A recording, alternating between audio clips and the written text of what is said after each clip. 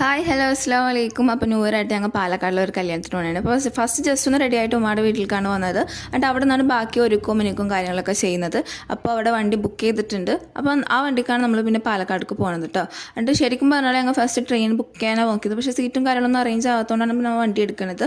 എനിക്ക് തോന്നുന്നു ട്രെയിനിൽ പോകുന്നതിനേക്കാൾ രസത്തിൽ നല്ല സുഖത്തിൽ നല്ല വ്യൂവിലൊക്കെ എനിക്ക് വണ്ടിക്ക് പോകാൻ പറ്റിയിട്ടുണ്ട്. അങ്ങനെ ഒരു 12:15 ആയപ്പോഴേക്കും നമ്മൾ ആ ഒരു കല്യാണ ഹാളിൽ എത്തുന്നുണ്ട്. 8 മണി എന്തൊക്കെ ആയപ്പോഴാണ് നമ്മൾ വീട്ടിൽ നിന്ന് ഇറങ്ങിയത്. അപ്പോൾ 4-4.5 മണിക്കൂർ ട്രാവൽ കഴിഞ്ഞിട്ടാണ് നമ്മൾ എത്തുന്നത്. അത് കഴിഞ്ഞ് ഞങ്ങൾ വെള്ളമൊക്കെ കുടിച്ച് കഴിഞ്ഞ് കല്യാണം അറ്റൻഡ് ചെയ്യാൻ പോകണേണ്. അപ്പോൾ ഇതാണ് ചെക്കനും പെണ്ണെന്ന് പറയുന്നത്. ഇതിലൊരു സംഭവം എന്ന് വെച്ചാൽ പെണ്ണ് മധ്യപ്രദേശുകാരിയാണ്. അപ്പോൾ ഇവർ വർക്ക് ചെയ്ത് ഒരു നെഞ്ച് സ്ഥലത്ത് വർക്ക് ചെയ്ത് ഇഷ്ടപ്പെട്ട് അങ്ങനെയാണ് കെട്ടുന്നത് കേട്ടോ.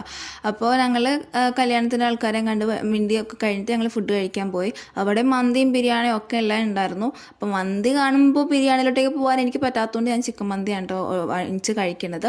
മയോണൈസ് കൂട്ടി നല്ല സുഖമായിട്ട് നല്ല ലാവിഷായിട്ട് കഴിച്ചിട്ട് ഞങ്ങൾ പിന്നെ ബാക്കി സാധനങ്ങളൊക്കെ തിന്നാൻ പോകണേ. അവിടെ പന്നിമിഠായും പോപ്കോണും ടീയും ഒക്കെ ഉണ്ടായിരുന്നു. എല്ലാം കഴിച്ചു. പ്രത്യേകിച്ച് അവിടുത്തെ ബ്ലൂ ടീ എന്തോ നല്ല രസമുണ്ടായിരുന്നു.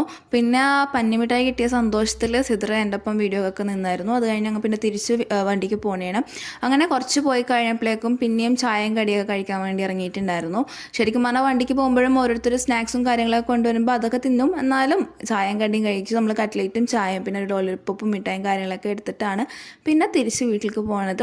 അപ്പോൾ ശരിക്കും പറഞ്ഞാൽ നല്ല രസമുള്ള ഒരു യാത്രയായിരുന്നു. നല്ലൊരു ട്രിപ്പ് പോയ മൂഡ് തന്നെയായിരുന്നു നമുക്ക് കിട്ടിയത്. അപ്പോൾ ഇത്രയൊക്കെ ഇന്നത്തെ വീഡിയോ എടുത്തിട്ട് കണ്ണൂരെ ബൈ ബൈ.